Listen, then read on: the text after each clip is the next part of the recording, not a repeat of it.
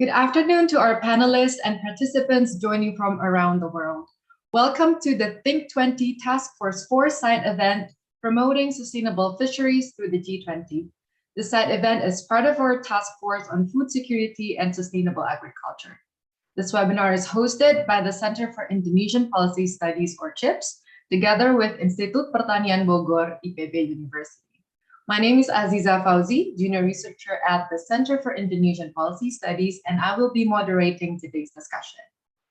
To open up our discussion today, I would like to give the floor to Professor Damayanti Bukhori as the lead co-chair for Task Force 4 and on Food Security and Sustainable Agriculture. She is a professor at the Department of Plant Protection, Faculty of Agriculture, IPB University, and also holds the position as chair of the Center for Transdisciplinary and Sustainability Sciences, or CTSS, IPB University. Professor Bukhori, the floor is yours. Okay, thank you so much, Aziza. I would like to welcome all participants and especially the speakers. I see Michael here and also Ibu Ratih and Ibu Desi. Welcome to our seminar.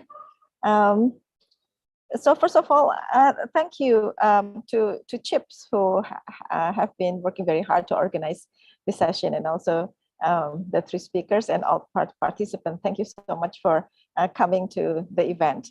As we all know, the G20 is almost here in the next month. In September, we will have a G20 summit. And one of the product of the task force number 4 are 15 policy briefs.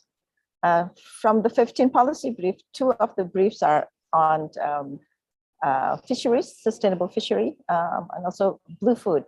So today, I'm very happy to see that this issue has been taken up. As we know, fisheries, there are very many important issues in the fishery sectors. As part of the sustainability, we remember the 3 pillars of environment, social, and also economy. There are still many issues that needs to be tackled both at the national level and also at the global level. Issue from human rights to trade, to the diversity, the pollution aspect, the nutritious aspect. There are so much issue that needs to be tackled. Indonesia as a country that calls ourselves, our archipelago country, has a very strong interest in sustainable fishery. With the coming of the climate change, well, not coming, with the climate change that is already here, it is becoming an even more important issue that we need to discuss globally. So today, we're going to hear these 3 speakers and hopefully get more insights that will increase our understanding about the challenges and also about the opportunities at the global level, how we can work together to achieve sustainable fishery for all, and especially for the small-scale farmers. There is something also that one tends to forget when we discuss at the global issue. And it is very interesting for me to hear that, to see that our speakers will also discuss about the human rights aspect. So I'm very excited to hear our panelists for today's seminar. So again, I would like to welcome all of you and especially thank the 3 speakers and looking forward to a very fruitful discussion. And Mike, thank you so much for being here. Mike is one of our co-chair task force, so it's very good to see you here. Thank you. Aziza, back to you. Thank you, Professor Bukhori. As mentioned in her opening remarks, we are in need of sustainable fishing and agricultural practices, as they both contribute significantly to food security. We also need to be considering the working conditions of the fishermen involved in these practices. Professor Bukhori has also highlighted the scale and urgency of sustainable fishing and aquaculture practices and the lives impacted by this industry. Yet, finding a clear-cut solution is no easy task and requires a great deal of consideration, discussion, and cooperation from various stakeholders, including global leaders, policymakers, think tanks, businesses, civil society, and many more. Today, we are joined by a wonderful group of experts representing different stakeholder groups to discuss this matter. It is an honor to have Michael Arbuckle, Independent Fisheries Specialist and Task Force 4 T20 Co-Chair. Good afternoon, Michael. We also have Rati Ananda Putri, Program Coordinator, Business and Human Rights from the Foundation for International Human Rights Reporting Standards. Good afternoon, Rati. Good afternoon. We also have Desi Anggraini, Indonesia Program Director from Sustainable Fisheries Partnership Asia Pacific. Good afternoon. Good afternoon. Thanks for having me. Thank you so much. We will start the discussion today with the presentations from our experts, and then we will have space for discussion, which will be followed by a Q&A session. Each panelist will have approximately 10 minutes for their presentation, and the Q&A session, we're gonna prioritize questions coming from the floor. Okay, so without further ado, I would like to invite Michael Arbuckle, Independent Fisheries Specialist, to start us off. Michael, the floor is yours. Thank you. Thank you very much. Good evening, everybody. It's late here in New Zealand, and it's been very wet around here. You may have seen a lot of media about the floods, so I'm hoping that the internet will maintain itself throughout this call, and you can see what I'm talking about. I'm just having a few. Okay, I've got a very easy job compared to the other two panelists in that I'm just reporting on the good work of the T20 co-chairs, and also the good work of the some 16 experts that helped contribute to 2 papers that underpinned our thoughts about what might be a good advice to give to the G20. And I'm going to just run through that briefly with you and invite comments later, of course. The next slide, I'm not sure that I can change them from here.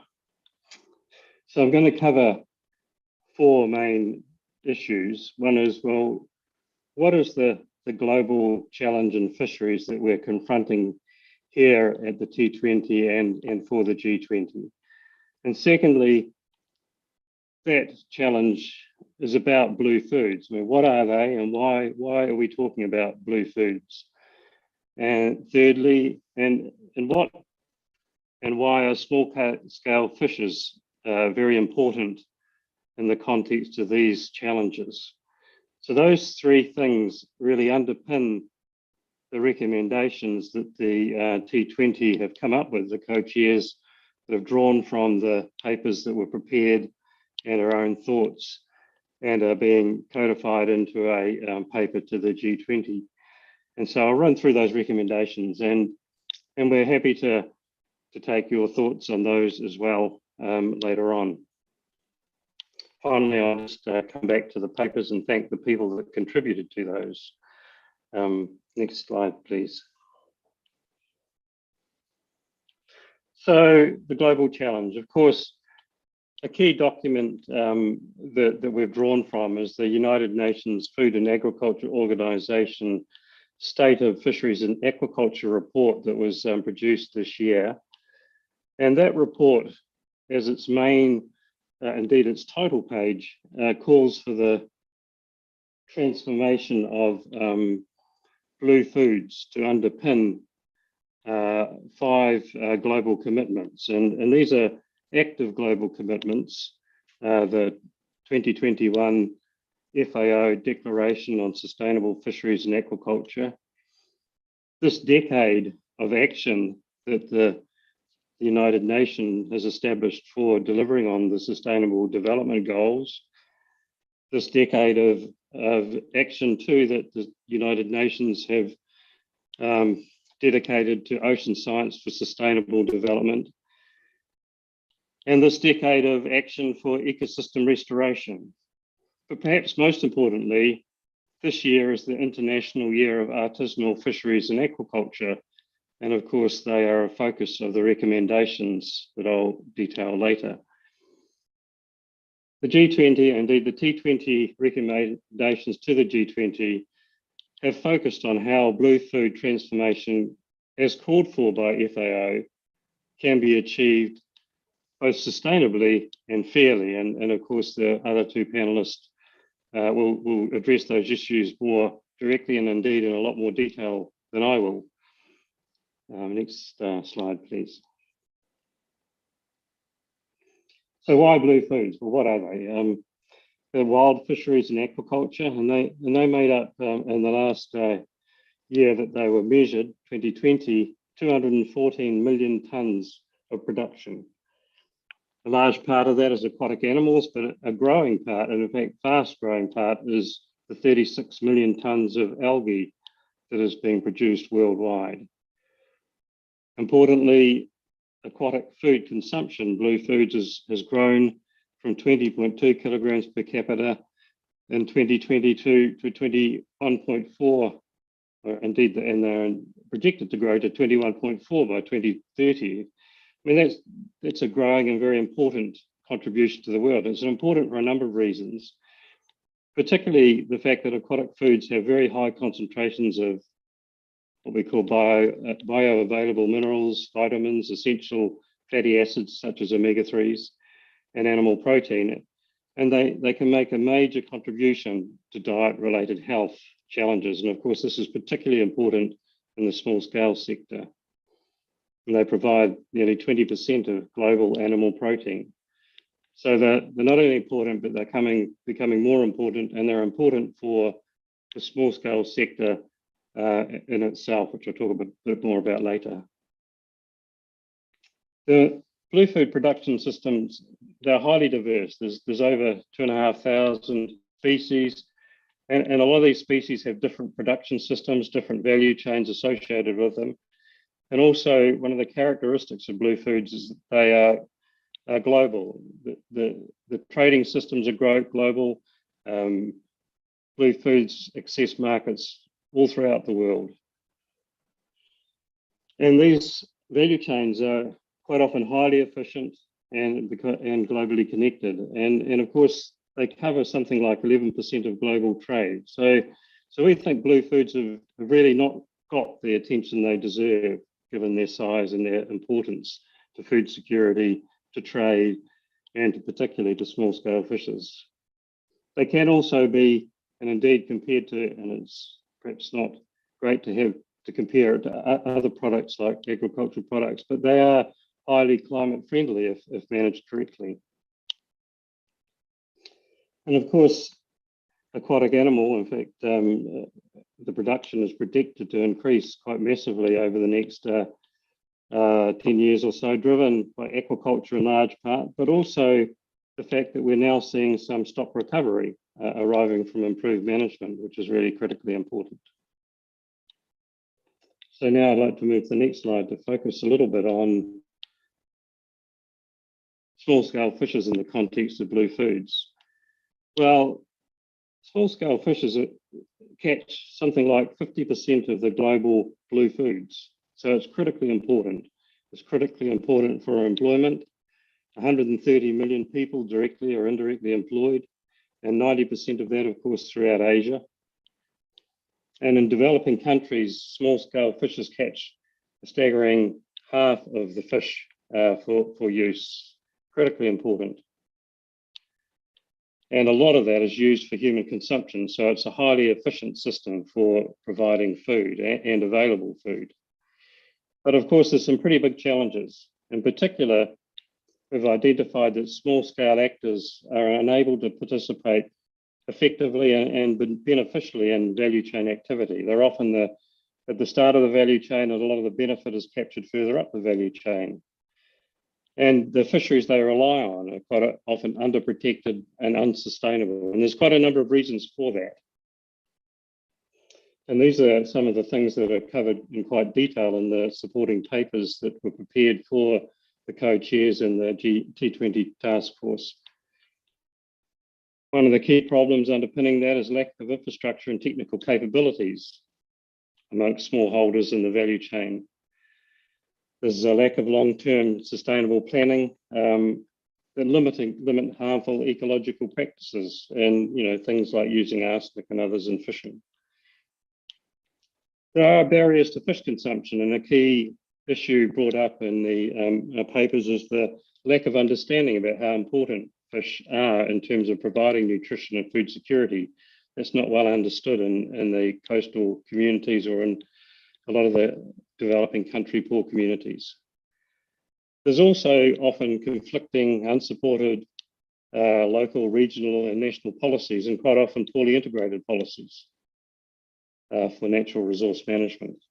So small-scale fishers are perhaps the most important sector, half of the whole capture fishery, and the ones lagging behind really in terms of engaging most effectively in the value chain. So that leads us into coming up with a number of recommendations, and I'll work through those in order. There's 6 recommendations. And an overarching issue that we've tried to express in these recommendations is that they need to be things that can be done practically, economically, and they can be attained as quickly as possible. And so although there's a lot of ideas about how support might be provided, these recommendations focus on real activities that are quite important. The first one, of course, and Desi will certainly talk a lot more about this, is anchoring the supply chains in an effective regulatory environment. Supply chains just don't work unless they've got a sustainable source, and they can't be maintained over time. The value is not capturable if that regulatory environment isn't effective. To try and capture some of that benefit at the small scale end of the value chain, there's a really important need to recognise and protect small scale and indigenous fisher, and a lot of the small scale sector is in the indigenous fishing sector. Capture those interests in supply chain resource ownership by allocating and defining and protecting that ownership at the supply end. It gives those people an ability to capture some of the economic and indeed food benefits from those fisheries. Thirdly, obviously there's a need, once you've established some ownership structure, to then invest in upgrading those supply chains, connecting those small scale fishers to those international supply chains, and indeed ensuring that they've got access to financing to engage in those activities within those supply chains. And a growing issue globally, of course, is ensuring that the waste management and environmental planning is integrated across fisheries and biodiversity conservation. We're also going to have a lot more discussion later on the need to ensure social protection and employment opportunities for those small-scale actors, as well as improving the nutritional benefits to those consumers.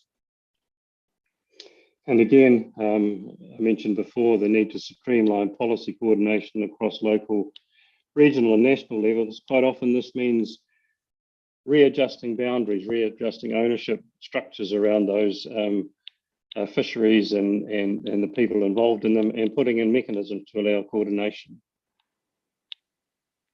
So I'll just go to the final slide there and just give a final call out to the contributors that prepared the 2 papers, and they're available to anybody that wants to read them. They provide a lot more detail and a lot more discussion around some of the issues that I've covered. Integrating blue foods into food system policy and practice, and secondly, strengthening sustainable small-scale aquaculture and fisheries through proper infrastructure and policy. And as I said, there was something like 16 experts contributed to those papers. They came from all around the world, from the USA, Finland, Japan, Indonesia, from universities, from various NGOs and indeed research centres. So I probably haven't used up my 10 minutes there, but I'll finish there and turn over to, well, back to the chair. Thank you, Michael. To add to the discussion, I would like to invite Rati Anandaputri from the Foundation for International Human Rights Reporting Standards. Rati, the floor is yours. Thank you. Thank you very much, Aziza. Good afternoon, everyone. Thank you very much for attending this webinar. I'm very honored for the opportunity to be one of the speakers in this webinar. My name is Rati, and I work as Business and Human Rights Specialist at the Foundation for International Human Rights Reporting Standards. Today, I will tell you a little bit about human rights protection in the fisheries sector in Indonesia, which I will connect to sustainable fisheries.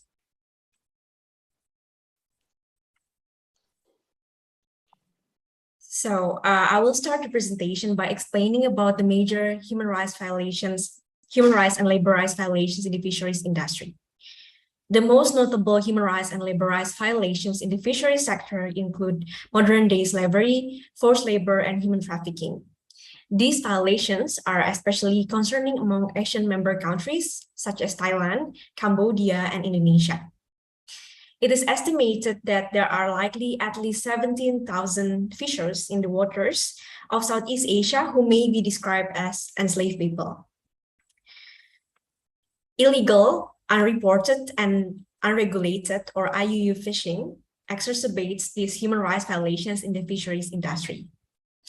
There are many driving forces of IUU fishing in the Southeast Asia, including the absence of adequate regulatory control over fishers and fishing vessels, and the lack of effective management tools to manage fishing capacity. Next. However, there are still gaps in accountability for ensuring that fishers have safe and human working conditions. Factors that may exacerbate gaps in the accountability include, first, the government failure or inability to ratify key ILO conventions, such as ILO Convention 188 on Work in Fishing Convention and Maritime Labor Convention. Second, there are overlapping authorities. The unharmonized regulations to manage fisheries by different governmental institutions create confusion and lead to non-compliance. And third, there is the difficulty in monitoring vessels at sea and IUU fishing. When large-scale unreported fishing results from weak legal oversights, government lose billions of dollars, and there is an increased risk of human rights violations. Next, Indonesia has taken several steps to ensure fishers' livelihood while maximizing the potential of the country's fisheries. In 2015, responding to the Benjina case, Indonesia established a task force to combat IUU fishing and enacted several ministerial regulations on the certification of human rights in the fishing industry. Here are the list of Indonesian regulations on combating human rights violations at sea, from the Manpower Act, Law Number 13, 2003, Criminal Act of Trafficking in Person, or Law Number 21 of 2007, and government regulations and several ministerial regulations.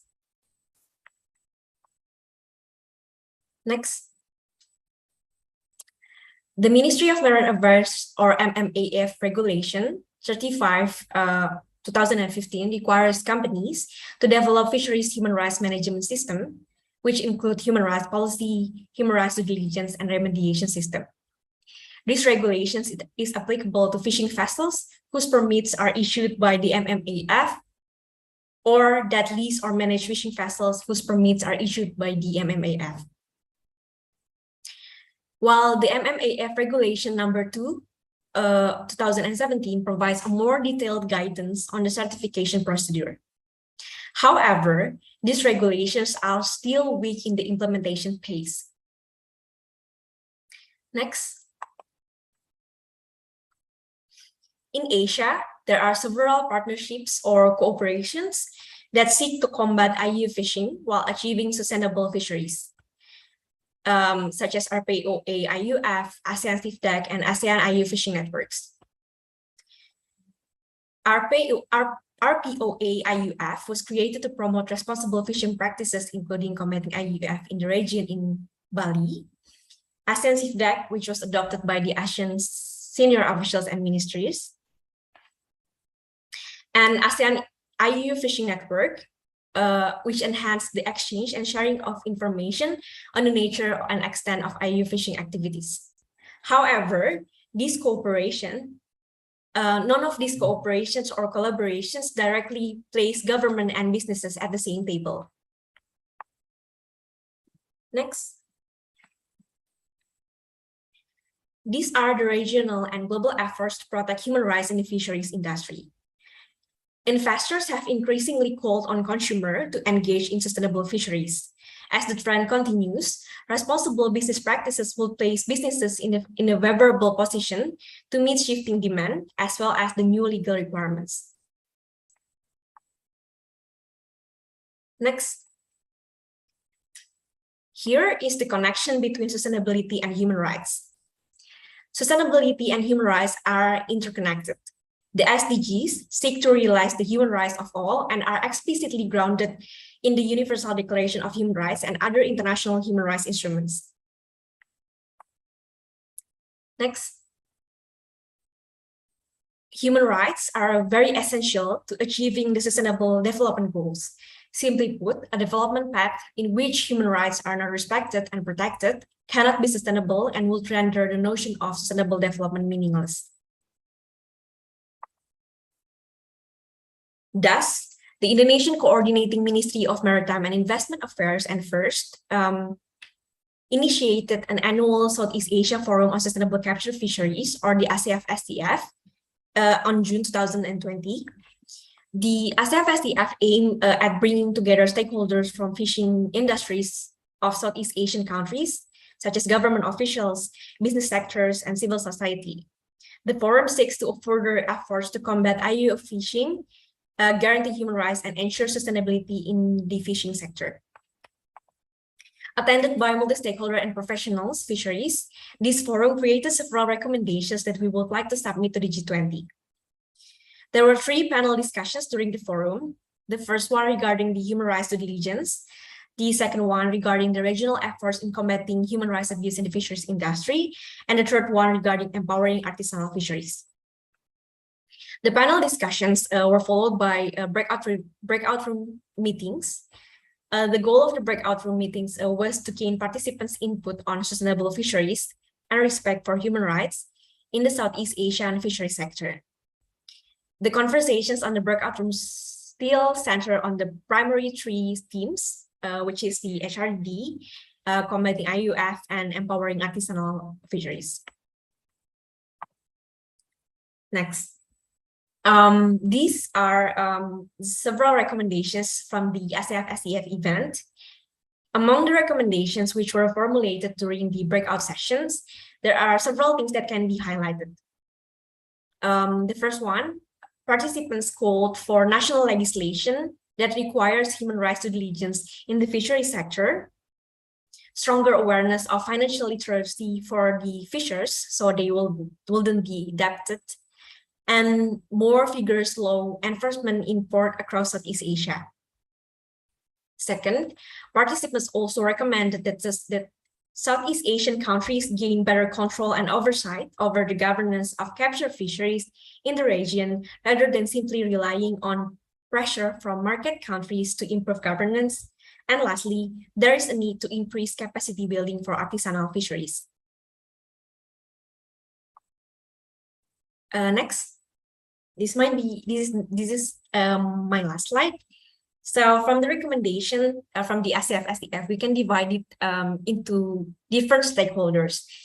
First, for governments, the government should enact mandatory human rights due diligence to protect fishers' rights by ratifying key international convention and develop mandatory human rights due diligence. Second, there is a need to conduct continuous engagement with workers to monitor the evolving context by developing an effective grievance mechanism and also raising awareness of workers' financial literacy.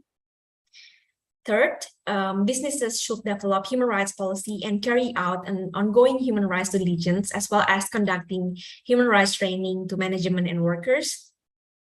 And lastly, investors should consider human rights in their investment decision-making, which is related to ESG investment, and consumers should put pressure more to fisheries businesses to respect human rights.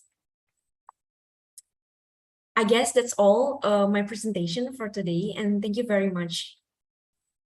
Thank you so much, Rati. Thank you for the wonderful presentation. I would like to invite the participants to share their comments or questions in the chat box. The questions and comments will be brought forth during the Q&A session shortly after Ms. Desi's presentation. I would like to invite Desi Anggraini from Sustainable Fisheries Partnership Asia Pacific. Desi, the floor is yours. Thank you, Bu Aziza. Good afternoon, everyone. Good evening, Michael. Thank you for having me, and thank you for giving opportunity for us to present and to share our programs in this very important initiatives. My name is Desi Anggraini. I'm from Sustainable Fisheries Partnerships, Indonesia Program Director. The presentations that I will cover will be about the promoting sustainable fisheries through the G21. Next slide, please. Next slide. Okay. So this is just the outline of what I'm trying to present. And I would just like to briefly introduce about our organizations. SFP, the Sustainable Fisheries Partnership. We are the US registered nonprofit that operates globally. We established in 2006 in Hawaii, in the USA.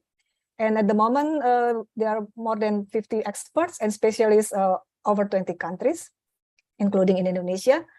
And our vision is one of the healthy marine and aquatic ecosystem where sustainable and secure seafood supplies are harvested by a thriving and responsible seafood economy.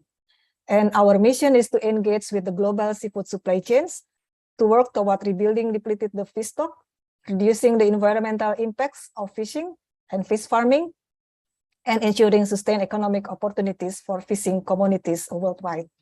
Next, please. Just to give the overview of the global fisheries, maybe some of them already covered by Michael before, about the global fish productions, and also the increase in the food fish consumptions. Next, I think we covered it before. Next slide. This is just to show the trend in the global capture productions. As you can see, China, Indonesia, Peru, India has been leading countries for the fish productions in the capture fisheries. Next. And also this also to give the pictures about the rise in trade and consumption of seafood. So the seafood trade has grown exponentially since the 90s. You can see the food consumptions on the left side. It's increased exponentially, and also the productions, the fish productions also increase. Next. Okay, so this will cover about the small scale fisheries.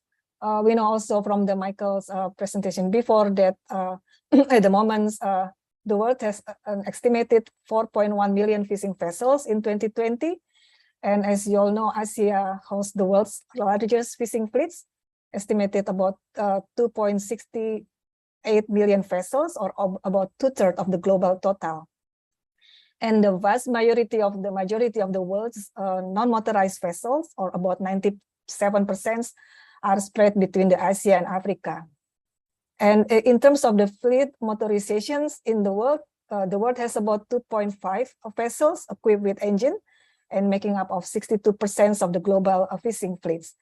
And from these motorized vessels, about 81% is actually considered to be small scale because they are LOA, or the length overall class, of under 12 meters.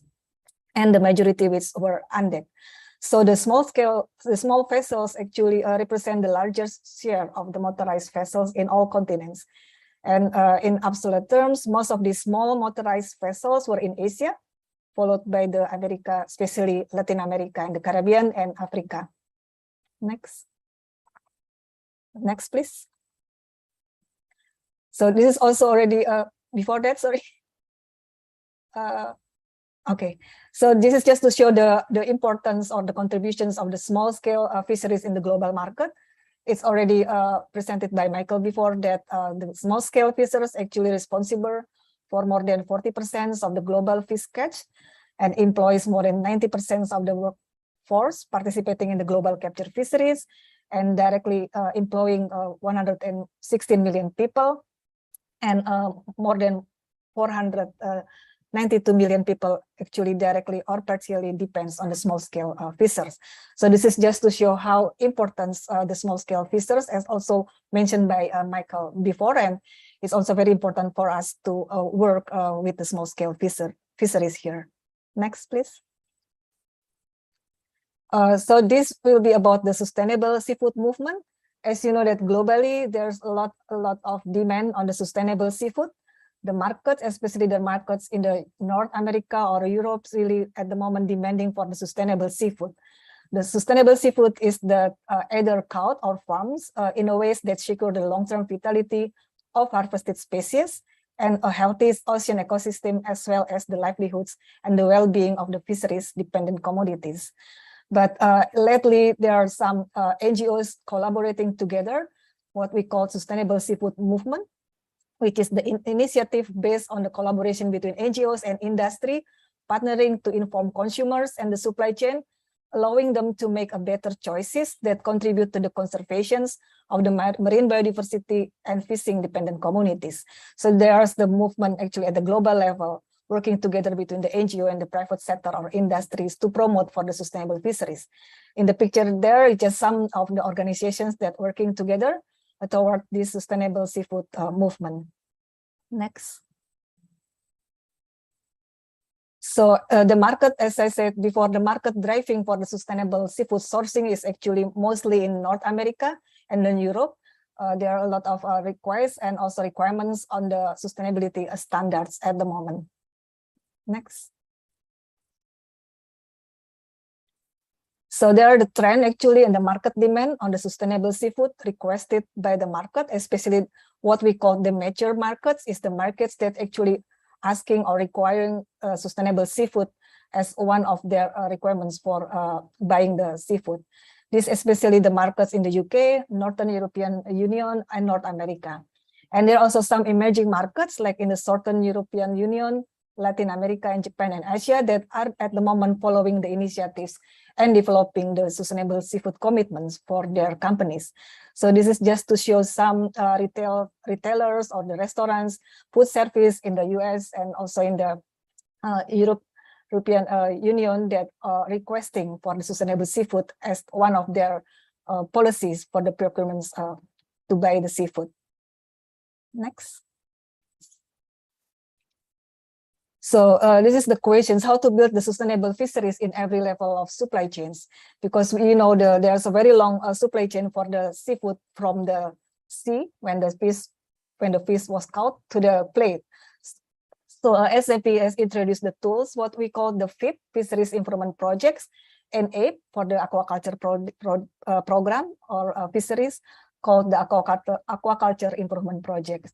So FIP or APE is actually alliance of the buyers, suppliers, and producers, can be fishers or farmers for the aquaculture that work together to improve a fishery by supporting a better policies and management, voluntarily changing fishing practices, and communicating their actions with the buyers.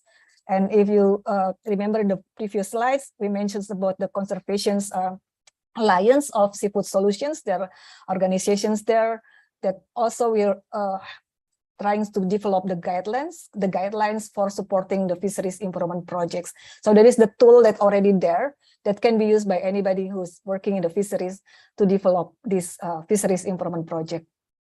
Next, please. So there's some typical market sustainability commitments at the moment. So we divided the fisheries into two. One is the wild captures, and the other one is aquaculture. And what the markets actually at the moment are demanding is for the wild capture is the product that has the third-party certifications. Typically, the certification can be from the MSC or GSSI recognized. MSC is the Marine Stewardship Council. And in the even if they don't have the certification yet, at least they have to prove that they're already in the FIP. FIP is the Fisheries Improvement Project and making a good progress. And for the aquaculture products, they also demand for the third-party certifications. And for the aquaculture product, we have several certification here: ASC or Aquaculture Stewardship Council, BAP, and Global GAP. or if they don't have the certifications, at least the fisheries or the aquaculture products have been involved in the improvement project. So there are some at the moment the label, eco label, that recognized at the global markets. Next, please. And all the FIPS or the APES, especially the fisheries improvement projects, they have to be reported in the one of the global portal called the fisheryprogress.org, when everybody can go there and see if their fisheries that they buy already in the improvement project, already involved in the fisheries improvement project. Next, please. Okay, so that's about, we have the tools, we have the standards, we have everything, we have certifications, but now we're talking about the small scale fishers. How actually, what are the gaps? How actually the small scale fishers can actually comply with all the standards at the global level? So there are some challenges that I would like to discuss later on how the sustainable seafood movement actually can be implemented by the small scale fisheries, especially in the global south, like Indonesia and other countries. Some of the challenges are international recognized sustainability tools that I presented before are difficult for the small scale fisheries to attain and too complicated for them. And apparent weak demand for responsibly sourced and or sustainable seafood, misunderstanding of responsible and sustainable seafood definition, and lack of supply from the responsible sources, inaccessibility of the affordable responsibly sourced or sustainable products, and lack of the scientific informations. Next, please. Next, okay. So the lesson learned from that, the lesson learned from the for the sustainable seafood movement in the small scale fisheries, work with the responsible fisheries to move toward sustainable fisheries. So we start with the responsible fisheries to move toward the sustainable fisheries. Shortening the supply chains have to be accompanied by improvement of the fishers' capacities in consolidations, entrepreneurships, and manufacture. I think Michael also mentioned about this before on the strengthening the supply chain, and focus on the improving quality, safety, and sustainability attributes to create product differentiations for the small-scale fisheries. Work in complementations and avoid duplications for all the initiatives that already existing. Engage suppliers, traders, distributors, and buyers in the sustainability. Next, please. So our recommendation is about the responsibly sourced seafood. So we know that market incentives help to drive improvement in the fisheries, but how do we help the small-scale fishers to advance sustainability if the sustainability tools are inaccessible for them? So there are some recommendations, for example, for the lower value fisheries targeting species for domestic or regional consumptions, we can help to develop this responsibility source seafood, and sustainable purchasing commitments among local buyers, consumer awareness campaigns, fisher empowerment efforts, including direct access to local markets and market informations, and also provide trainings on the improved post-harvest methods, because there's also still an issues on the post-harvest methods to reduce the wasteful catch, and also the formations of the fishers or organizations. Next, please. So what should the sustainable seafood movement look like in the small-scale fisheries? I think for the small-scale fisheries, we have to consider several things here, not only about the sustainability, but also we need to put about the food security, economic developments, social well-being, sustainable livelihoods, healthy communities, gender transformatives, and access to innovative technologies. Next, please. So what is the responsibly sourced seafood? Is the seafood sourced in ways that reduce negative impacts to the fish stock, environments, and to the people who depend on it. So this is what I think our proposed solutions for how to achieve the sustainable seafood in the small-scale fisheries, and relates to the behavior that is responsible and desirable at the time when the fish was sourced. Next. Actually, the responsibly sourced seafood is actually also contribute to the UN Sustainable Development Goals, at least about the number 12, responsible consumption. Number 14, the life below water. And number 17 is the partnerships for the goals. Next, please. So this is the last slides for us to discuss, because when we talk about the sustainable seafood for the small scale fisheries, since the standards is quite high in the global markets, we need also to come up with maybe the alternatives for the responsibly sourced seafood. So sustainable seafood is defined as the seafood caught or farmed in ways that do not harm the future stocks, thereby ensuring continuity of the species and its populations. Where the responsibly sourced seafood does not automatically denotes sustainable seafood, but it encourages desirable behavior as to the ways of sourcing the fish. So we hope that these two concepts are actually interrelated. Responsible sourcing and the fishing lead to the sustainable fisheries. I think that's my last slide. Thank you very much. Going back to the moderator. Thank you. Thank you so much for your insights. We are now going to share the floor of discussion with the audience. If you do have any questions or comments, please feel free to use the raise hands feature to ask questions, or you can also put in the chat box. We do have the first question here, and it goes to Budesi. Hi, Budesi. Question is from Gita. Hi, Budesi. I have one question. So companies showing demand for sustainable seafood seem to mostly come from developed countries. What about the demand from developing countries? Yeah, thank you, Ibu Gita. Yes, I think that's right. At the moment, as presented before, like the demand for the sustainable seafood mostly coming from the North America or European countries, where for other Asian countries like China, Hong Kong, Singapore, Malaysia, it's not yet in their requirements for buying the seafood. So that's the challenge actually at the moment, because it's the competitions between the the markets from the Asian markets that at the moment they don't actually demand for the sustainable seafood products, except from Japan. Maybe now they're already thinking or considering about the sustainable seafood. But also there's some challenge there in the developing countries and also in other Asia countries. But also for the local domestic market, it's still not considered yet as one of the requirements to source the seafood. All right, thank you so much. We also have another question from Perdana Editya, Aja, Indonesia. This question is for anyone, so all panelists can answer and can add up to each other's question answer. No secret that fish and any sea animals commodity is heavy business. Indonesia as archipelago country surely have great potential, but sadly high-grade fish like tuna is going out to the other country, and Indonesia only get low-grade fish for consumption on the market.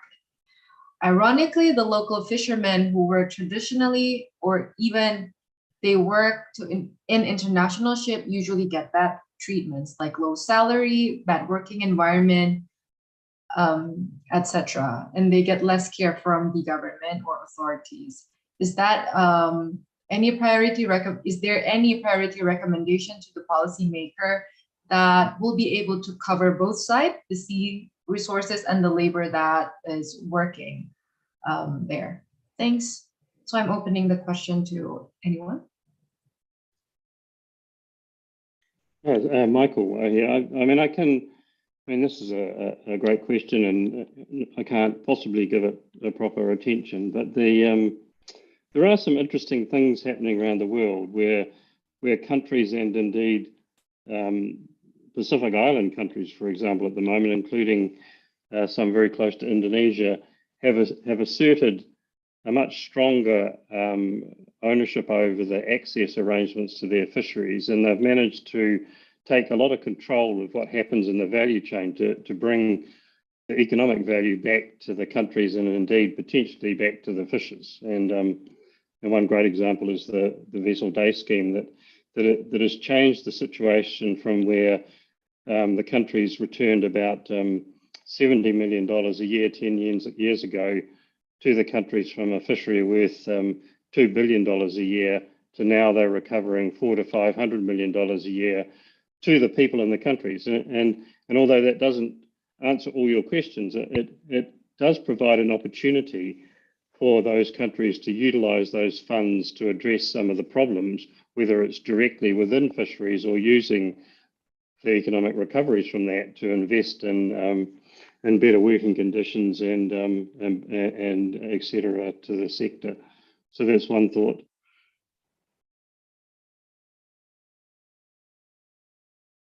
Thank you very much. Rati, do you want to add something to that? Yeah, maybe if the question is the priority recommendation to the policymaker that be able to cover both sides, this resources and labor, so it will be like for achieving sustainable fisheries, right? I think, for example, Japan, I think have the Japan's diet regulation, which ban imports from countries if the products include human rights violations or not sustainable, or both in for labor or not sustainable in terms of the resources. I think for the government, maybe they could enact such kind of legislation, since actually we already have in Indonesia, I mean, we already have the certification system for like human rights villages for fisheries. However, we still don't implement the regulations like it should be. Yeah, I think that could add. Thank you so much, Ibu Desi. Do you want to add to that? Yeah, I agree that it's very important questions and really cover a lot of aspects. But yeah, I agree with Pak Perdana. I think your observation is quite right. It seems like all the high quality or the high grade of the products from the fisheries going to the export markets, while in Indonesia, for example, we have the low grade. So, but it's not necessarily right for the all fishery, because, for example, like talking about the tuna sashimi, like the grade 1, for example, there are a lot of demand from the export market. But in Indonesia itself, maybe it's not that common to eat that high grade fish or for sashimi, something like that. So they have their own markets. So the most important here is to make sure that whatever the fish that we export, we want to make sure that it will not harm our food security, because the fisheries in Indonesia is very important for the source of the protein in Indonesia. So we have to make sure that if we, although that we export all some of the important commodities, but it will not harm the food securities in the, especially for the coastal communities who depends on the fishery sector. And I agree with the social aspect in actually there are more and more actually demand from the markets to include the social policy in their procurement policy for buying the seafood. And in the fishery progress, if you open that websites, at the moment it's not only the environmental indicators as using the MSC framework, but also at the moment they have the social policy there. So it's about the human rights and how the grievance mechanisms, and then all the informations about the risk, social risk, and everything. So I think we're hopefully getting better in that social issues now. Thank you. Thank you so much. Next question goes to Michael. As you mentioned in your presentation, there are a series of barriers that make small-scale actors unable to effectively participate and benefit from the value chain activity. While the G20 has provided a series of recommendations to ensure change, what changes can be made at the local level to spread awareness and incentivize these fishermen to adopt sustainable practices? Will the trickle-down effect of large-scale policy be enough?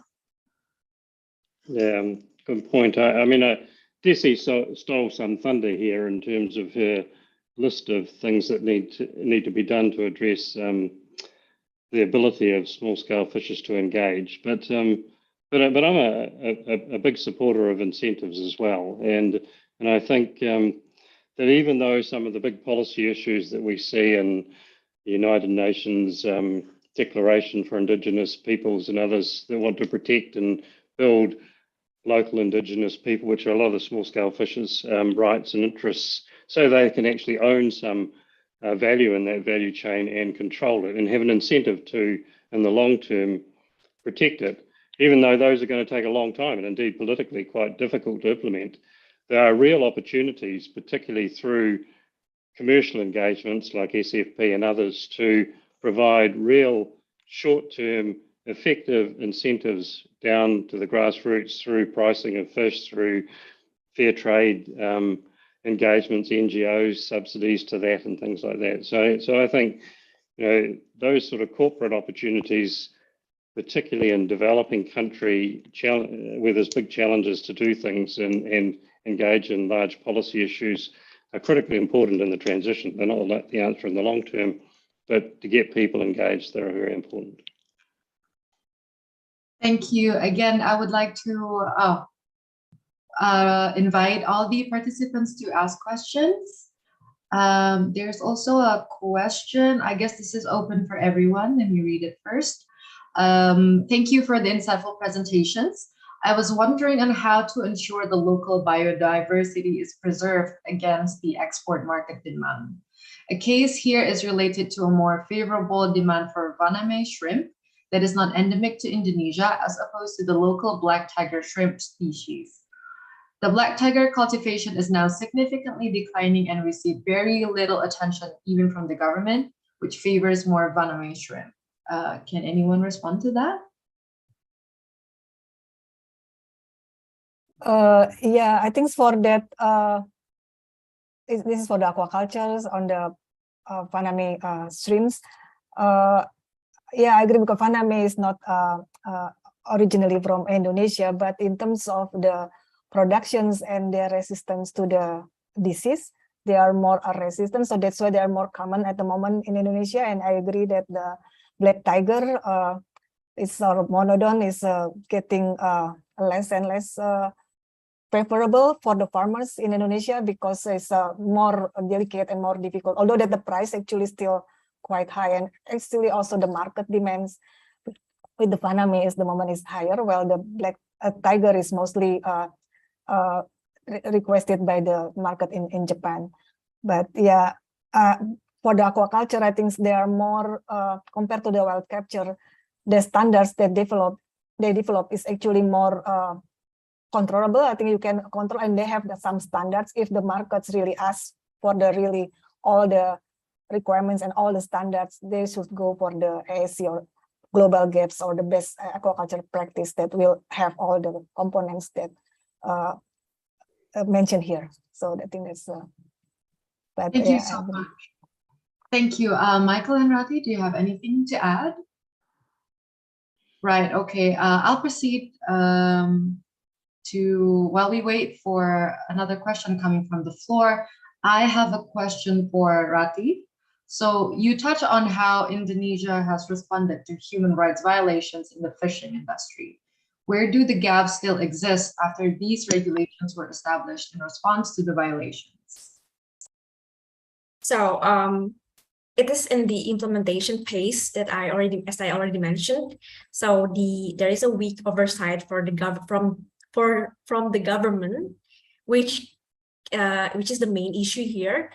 The weak enforcement of vessels licensing systems and inadequate capacity to conduct fisheries monitoring, control, and surveillance means that vessels engaged in IUU fishing can cause labor rights violations, which go unnoticed by the relevant authorities.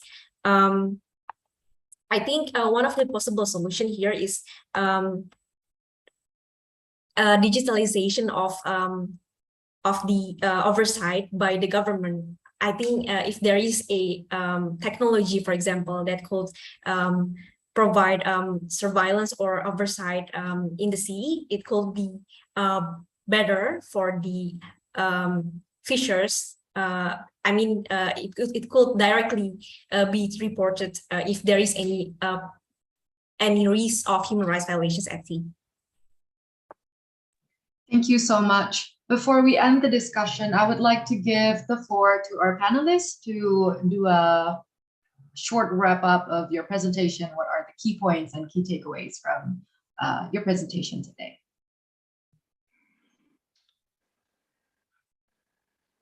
Would you like me to start? Yes, please. Sorry. I think there's a lot of common issues in these presentations, and that we do need to focus on, and I get some comfort for the work of the co-chairs at the T20 that the discussion is surrounded, the idea of trying to establish a mechanism for securing the sustainability of the resource, trying to establish a mechanism that allows small-scale fishers to not only engage in some of the benefits in the value chain, but also in a safe and protected way in terms of their labour and health. And so I think the call to the G20 around those issues is the right one. It's the challenge of this decade to try and connect small-scale fishers to those value chains and get the benefits. Indeed, some of the questions were focused a lot around the whether or not the compromising food security by seeing all the best fish going to the US or Europe or somewhere else. And if that is happening, well, there's two ways to consider it. One is getting the fish redirected, or secondly, making sure some of the economic benefit comes back so they can use those funds widely. And so those are the issues of our time, and it's great to hear those discussed today. Thank you. Rati, you can continue. Yeah, I think the most I agree with Ibu Desi that said that from the businesses also they already have grievance mechanism. For example, in Thailand, the Thai Union, for example, they have already a grievance mechanism or a certification system on their businesses.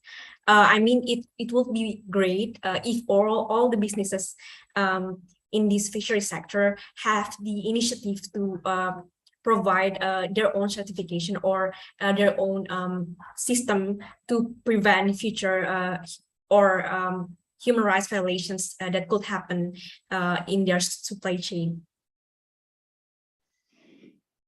Thank you. Bu Desi, you're next. Thank you. Yeah, I think I would just like to say again, thank you for this opportunity and a really good discussions and sharing each other lesson learned.